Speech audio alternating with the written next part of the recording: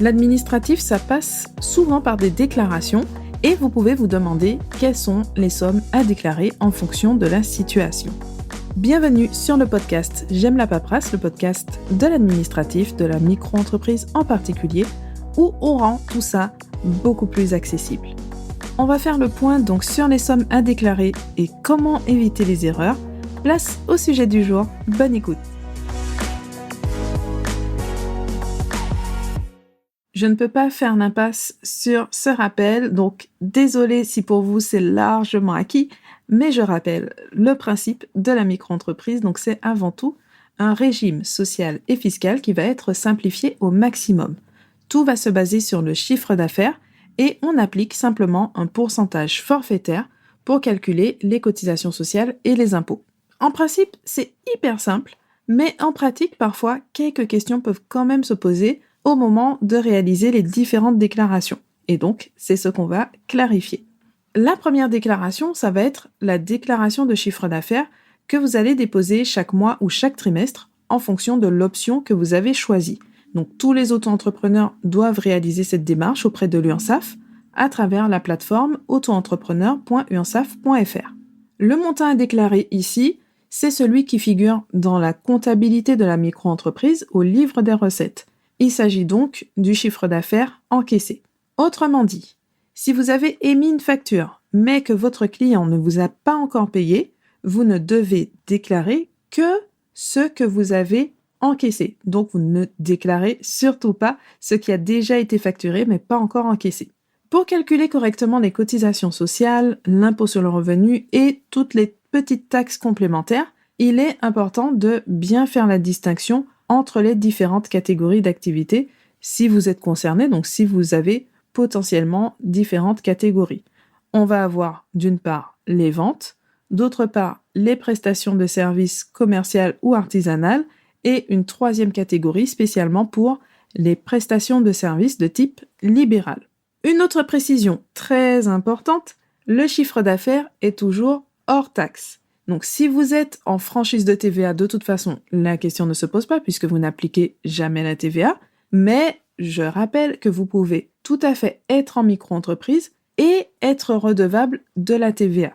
C'est possible sur option et c'est surtout obligatoire à partir du moment où vous dépassez le seuil de la franchise de TVA. Si c'est votre cas, vous avez aussi des ressources dessus sur le passage à la TVA et c'est un sujet qu'on aura l'occasion d'aborder à nouveau sur le podcast.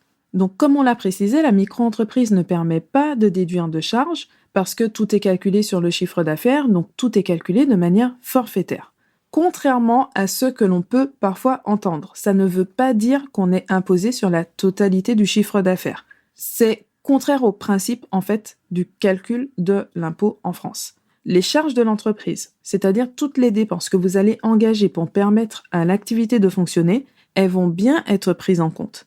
Mais au lieu de s'appuyer sur le montant réel de ces dépenses, on va les prendre en compte de manière forfaitaire. Ce qui veut dire que tous les taux vont être adaptés en fonction parce qu'on va avoir ce qui va être considéré donc comme un forfait de charge.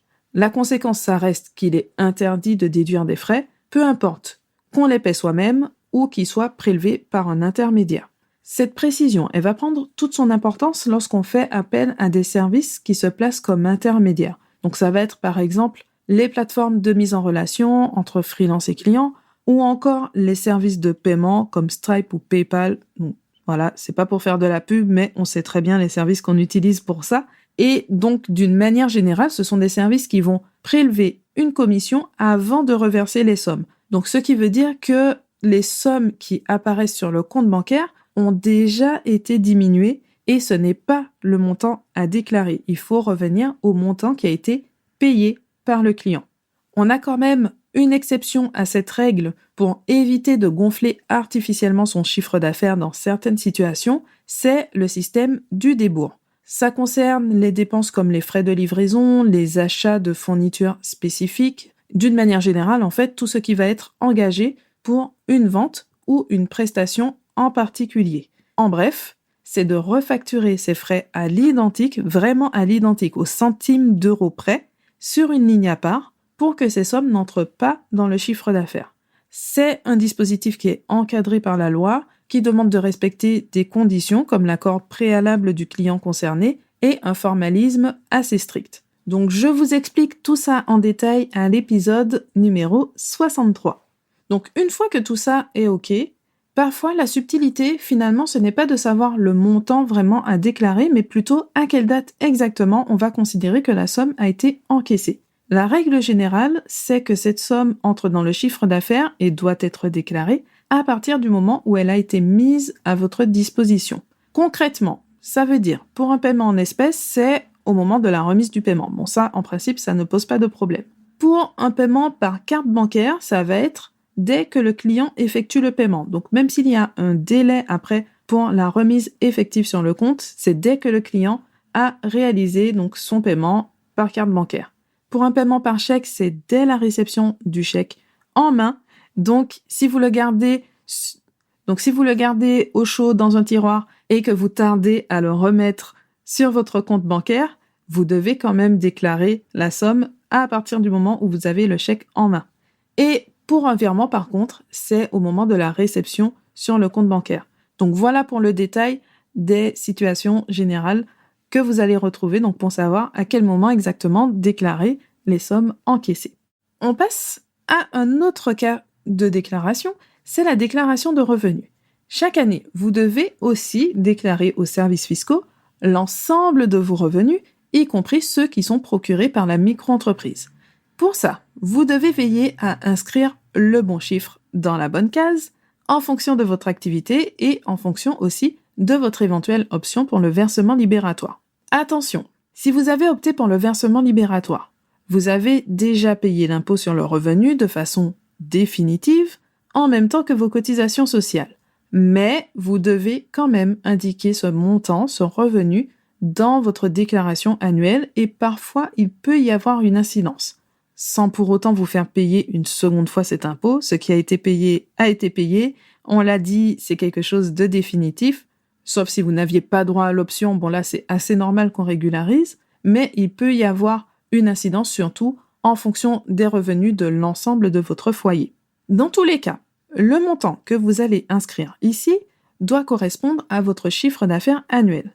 On va avoir une concordance exacte entre votre comptabilité, vos déclarations de chiffre d'affaires auprès de l'URSSAF et votre déclaration de revenus. Et d'ailleurs, pour faire cette déclaration plus facilement, vous avez tout intérêt à aller sur autoentrepreneur.ursaf.fr, récupérer votre attestation de chiffre d'affaires, l'attestation fiscale, et comme ça, vous avez le récapitulatif de l'année précédente avec les différentes catégories, donc exactement comme vous avez déclaré. Donc, si vous vous êtes trompé à la base dans les déclarations de chiffre d'affaires, forcément, il y aura exactement la même erreur, mais si tout a été bien fait tout au long de l'année, eh ben forcément, là, ça correspond. Donc, vous n'avez plus qu'à reprendre ces chiffres et à les reporter dans votre déclaration de revenus. Et encore une fois, que vous ayez choisi l'option pour le versement libératoire ou non, il s'agira bien de votre chiffre d'affaires brut hors taxe. Donc, non seulement vous ne déduisez pas de charges, mais vous n'appliquez pas vous-même l'abattement fiscal. Le calcul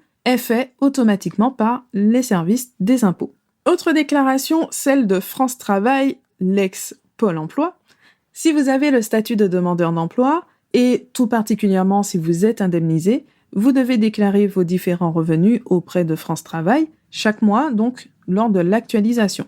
En ce qui concerne la micro-entreprise, c'est encore une fois le chiffre d'affaires brut qu'il faudra indiquer, mais France Travail va appliquer l'abattement fiscal pour prendre en compte ce qui sera considéré comme votre revenu.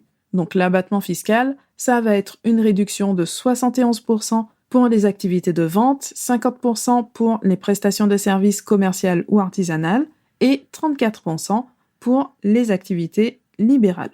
On passe à la déclaration suivante. La dernière, c'est celle de la CAF pour la prime d'activité. Donc, selon les revenus de votre foyer, il est possible que vous soyez bénéficiaire de la prime d'activité en tant qu'auto-entrepreneur. Donc, dans ce cas, vous devez réaliser une déclaration trimestrielle pour communiquer vos ressources de la période précédente. Cette fois-ci, la CAF va demander 2 informations. Votre chiffre d'affaires brut et votre chiffre d'affaires après abattement.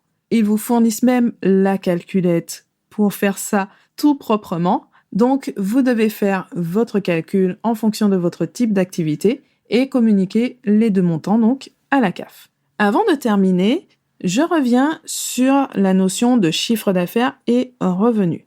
La notion de chiffre d'affaires, en principe, ne pose pas de difficulté. Pour un auto-entrepreneur, il s'agit simplement de la totalité des encaissements hors taxes.